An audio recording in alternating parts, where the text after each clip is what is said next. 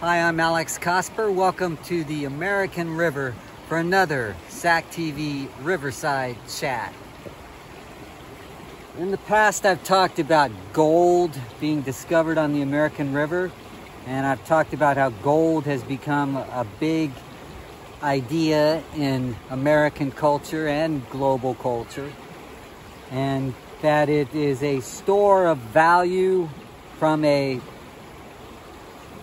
certain perception that everything's going to work out. Now, what could be more valuable than gold? It's funny because in 2024, I called the top on Bitcoin in March.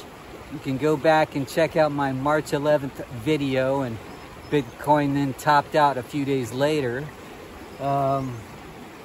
And then I said that gold would be a gold rush in 2024 in April, and so far it has. For the past week since I've said that, it's gone up from 2,350 to 2,400. I said it would get as high as 2,500 this year, and then after that probably stabilize. I'm just calling out numbers. I've studied the markets a long time, so I'm just telling you what I'm guessing. So far I've been right. So what's worth more than gold? What would make people jump if they knew someone were giving them like jewelry that was worth more than gold? Well, one thing could be platinum. Unlike gold, I have a platinum story for you that relates to Sacramento. It goes back to when I was program director at radio station KWOD 106.5 here in town, and playing alternative music and being a ratings leader at the time. In 1994, I decided to take a little road trip to Los Angeles and check out a festival thrown by LA's alternative rock station, which was KROQ, still is, KROQ. And they call it the Weenie Roast. So I went to the Weenie Roast in June 1994. And one of the bands that really caught my attention, we were already playing them on KWOD. We played a few of their hits already.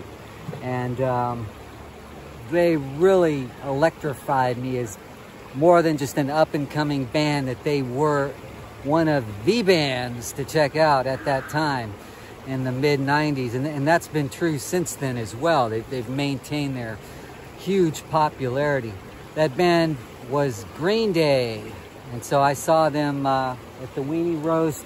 That's where Billy Joe, the lead singer, Billy Joe Armstrong, pulled down his pants and mooned the crowd and got away with it at that show.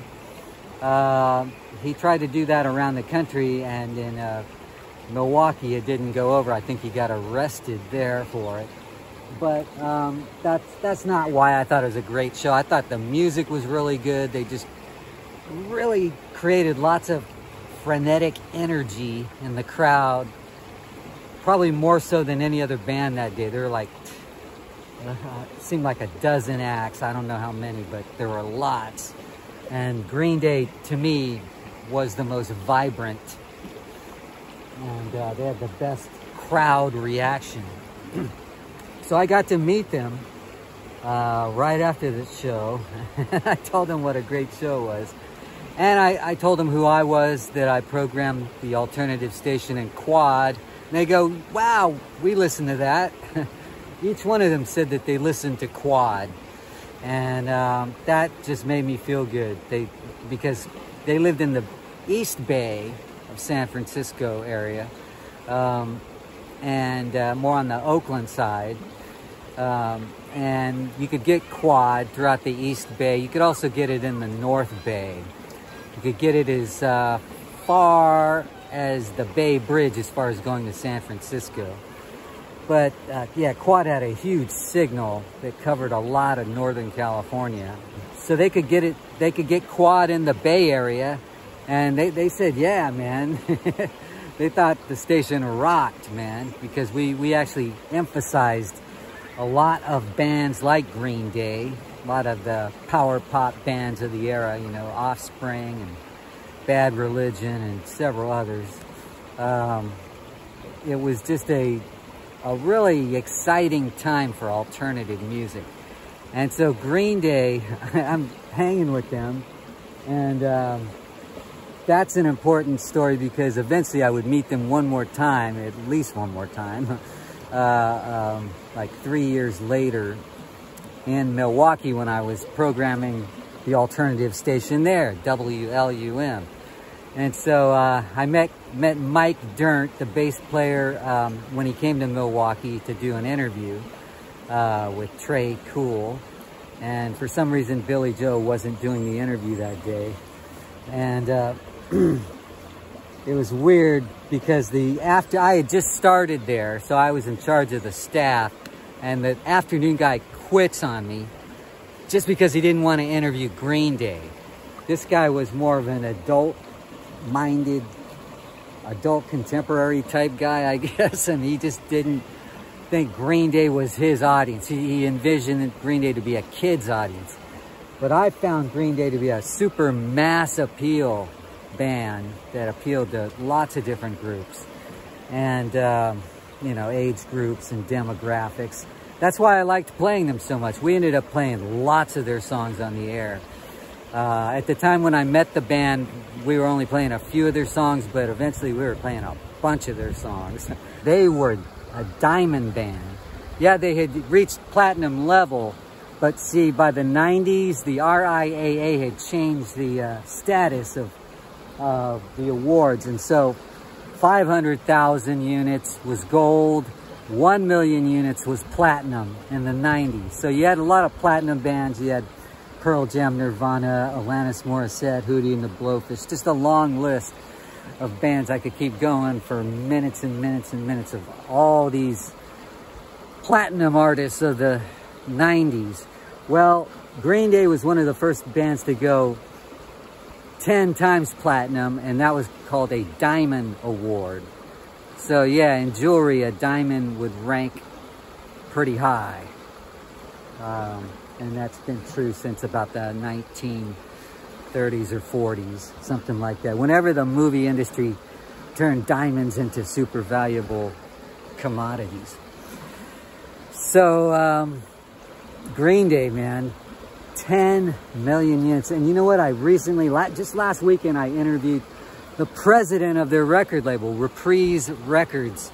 He's the legendary Howie Klein, president of Reprise Records during the 90s when Green Day had their best, biggest, most popular run of album sales. And, well, here's a piece of that interview.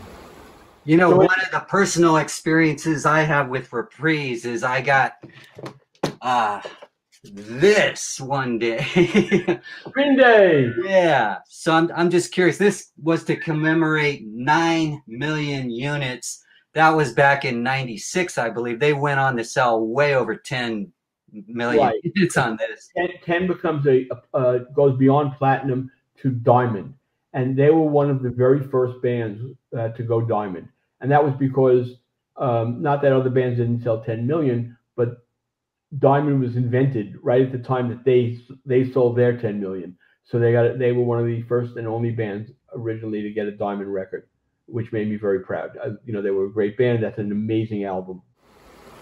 Yeah, so I'll never forget that interview with Howie Klein or meeting with Green Day, not just in 1994, but I met them again in 1997. Mike Dirnt came by the station where I was overseeing, which was WLUM, called New Rock 1021. And it was, you know, a lot like KWOD. The station was owned by a Green Bay Packer named Willie Davis, who played defense in the first 2 Super Bowls. So I worked for a Super Bowl legend, Willie Davis, when I was in Milwaukee. And so I met Green Day one more time in Milwaukee after that. And that was, they did our show. We did a festival in May of 1998, and they played that festival. They refused to be the headline act, and they did that with other stations. They said, yeah, we'll do your festival, but we're not gonna be the headliner. Because they like to move on. They didn't want to be there all day.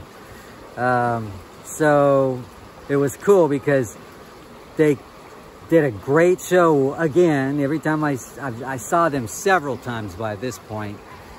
And we did another great high energy show in Milwaukee for WLUM. And at the end of their set, they noticed I was there with my friend Jimmy, who was my drummer in the Beat Villains, my band in Sacramento back in the 90s. And I had told Mike Dirnt when he came in November of 97 that I was friends with Jimmy, and so it was cool. I think he remembered that because they were childhood friends when the band was called Sweet Children back in the Bay Area. And so it was cool. Mike recognized both of us in the crowd as we came near the stage, and he told us to get up on stage. So we both jumped up on stage, and he told us to wait behind the curtain. And so that's what we did. And then after the show, they took us backstage, and we hung with Green Day for seemed like at least a half hour, maybe longer.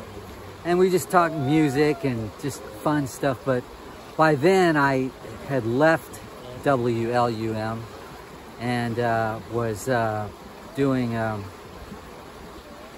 other work. But I told them, you know, that I really loved their music. And I played a game of chess with Trey Cool. He's the one who set up the chess set. And at one point I was getting near a checkmate, and he just knocked all the pieces over. And we just started laughing hard. So it was just a really fun time with Green Day. And they were particularly hilarious about just the music industry and the radio industry, just what it was turning into. And but they stayed true to their music, and I think that's why they kept on being big, not just in the 90s, but in the 2000s and beyond.